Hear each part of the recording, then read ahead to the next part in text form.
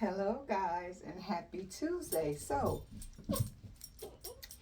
Gino, you gonna say hi?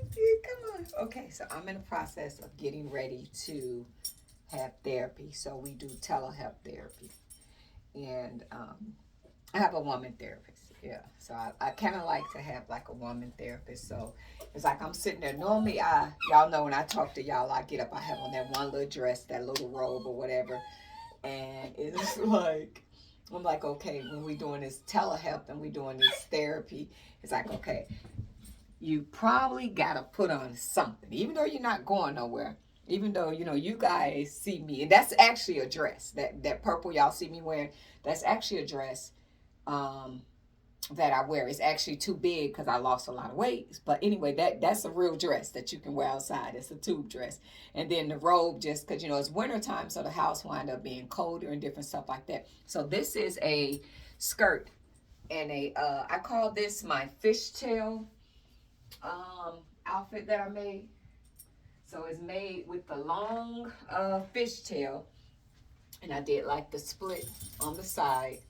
And if I was going outside, I have on some shoes. So normally you just sit. And then I've been playing around with some colors, guys. So normally I don't do color hair, but last night I took this wig and I dyed it. And to see, because a lot of times I get a lot of wigs, off Amazon, and they might be $100 and some dollars. And sometimes they'll say that this wig is this kind of hair, this wig. And sometimes you get vendors that will tell you that this wig is Brazilian or this, and the wig can be, they can have some human hair, but they have a lot of fibers in it.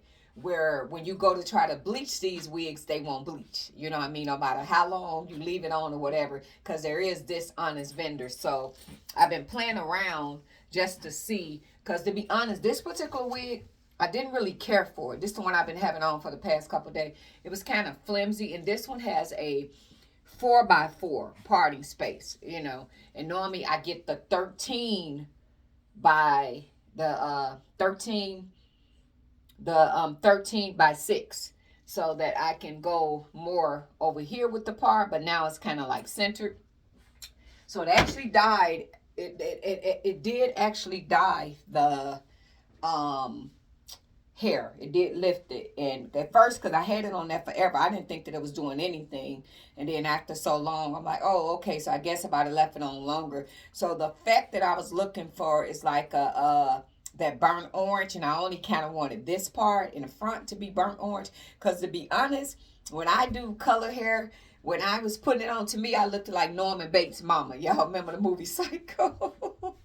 Like color don't become me. Color, I look extremely old with color hair. Like I'll be like, that's not for me. That's not for me. So yeah, I made this little um outfit, and I just said, you know what, I put this on. I put this on and sit down and have my talk therapy. And to be honest, all of my clothes are extremely sexy. Y'all know I make all my clothes, and it's not gonna be any of my clothes that's not. That's just kind of how I make my clothes.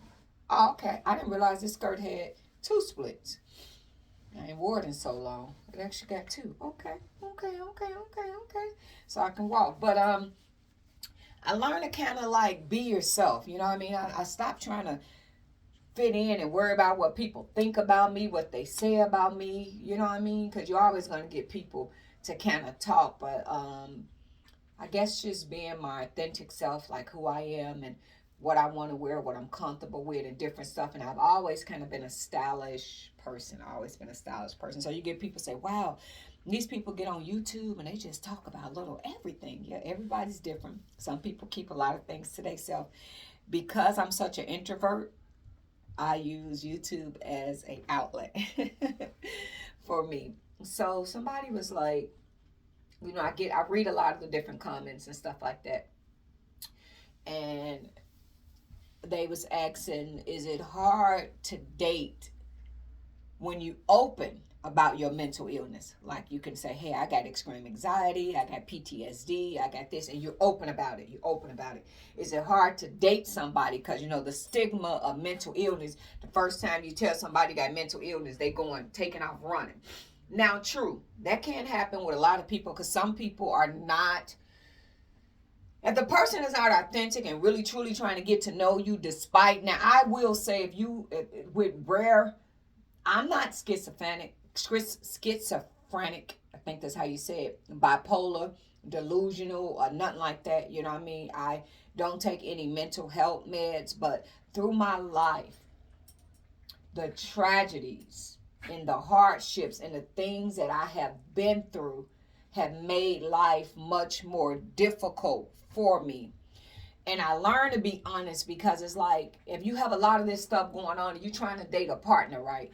And if you dating this partner and they don't understand you because you're not being honest, you just crying for no apparent freaking reason, and you're doing odd stuff, it will make somebody be like, oh, let me leave this alone. Then I hate shallow people where you reveal that you have, mental health issues and stuff like that. Then they want to, when they do stuff to you, they want to blame it on, oh, it's your mental health did that. My mental health ain't doing that. You're playing mind games. You lying to me. You're a cheater. You're a deceptive. But then they try to turn around because you reveal your mental health status, that it's your mental health that's causing you to think these things. No. It's you causing me to think these things. But if you get a genuine person that love and care about you, they won't judge you based off your mental illness. They ain't gonna, oh, this, that, and that. Actually, if you get the right man, he will understand that my baby's different. You know what I mean? He's not like, even like when I've been dating, and I've been dealing with this a while, I have got some assholes that'll turn around and try to blame my mental illness on me for the breakup.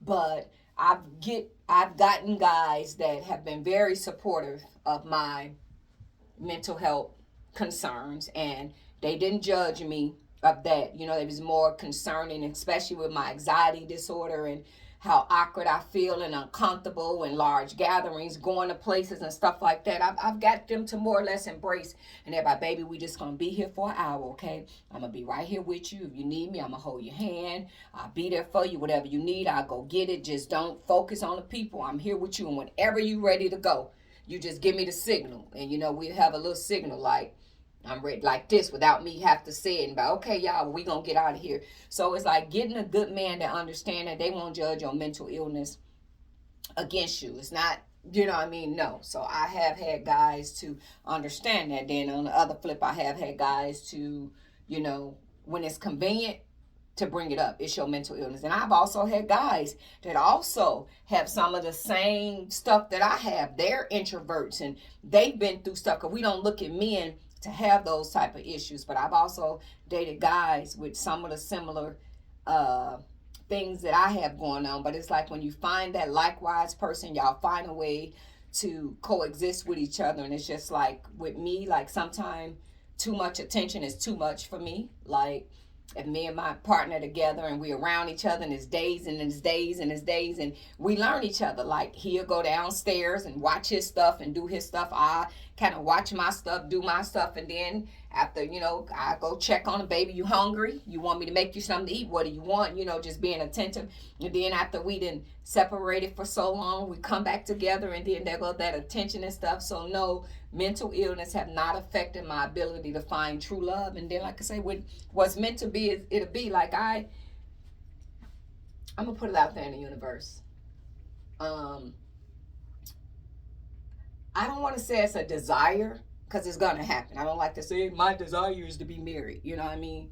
And marriage ain't for everybody. So sometimes you might date somebody, and this person is definitely not somebody that you meant to be married to. But I do see myself happily married with an amazing man that understands me, and I understand him, and we love each other despite what I'm going through and different stuff like that, because my mental illness does not take away my ability to love this man the way that God said a wife should love her husband. I'm sorry I'm getting emotional, but no, my mental illness does not affect my ability to love. I'm just more sensitive to a lot of stuff. You know what I'm saying? Like Erykah Badu said, I'm sensitive about my shit. So I'm more sensitive. So when you get that right kind of man to know, my baby, you know what I mean? No, everything's working and functioning, but I've had a lot of trials and tribulations, and I'm grieving and I'm going through it. And my point of therapy is to get better. Do I think I will ever overcome this, the pain and stuff that I'm going to know? When a mother loses a child and it's in a traumatic way, you ain't never going to get over that. So it's always going to be a part of that. But, you know, find peace within it, and, you know, be able, and to be honest, I think too, me personally, I think the older you get, when they say, and these for my old heads, if you hear somebody say, I grew up fast, and I would say I was grown at 14. I'm 50 now. So a lot of time when you grow up fast, when you get this age, life slow down for you.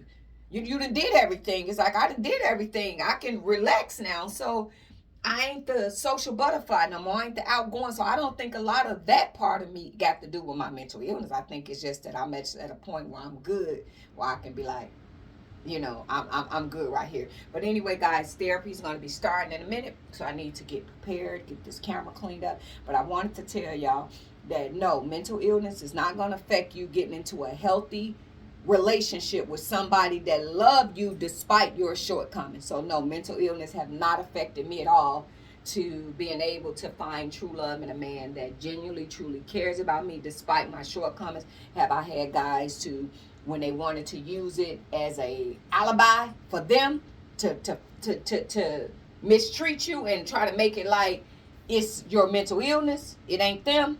Don't let nobody do that. And if you get somebody that always throwing up in your face it's your mental illness, then you know that person playing games. And what do y'all think about my hair? Do y'all think I look like the psycho lady with colors? So I'm trying a little something, you know what I mean? Alrighty, guys, you guys have a blessed Tuesday. Thanks.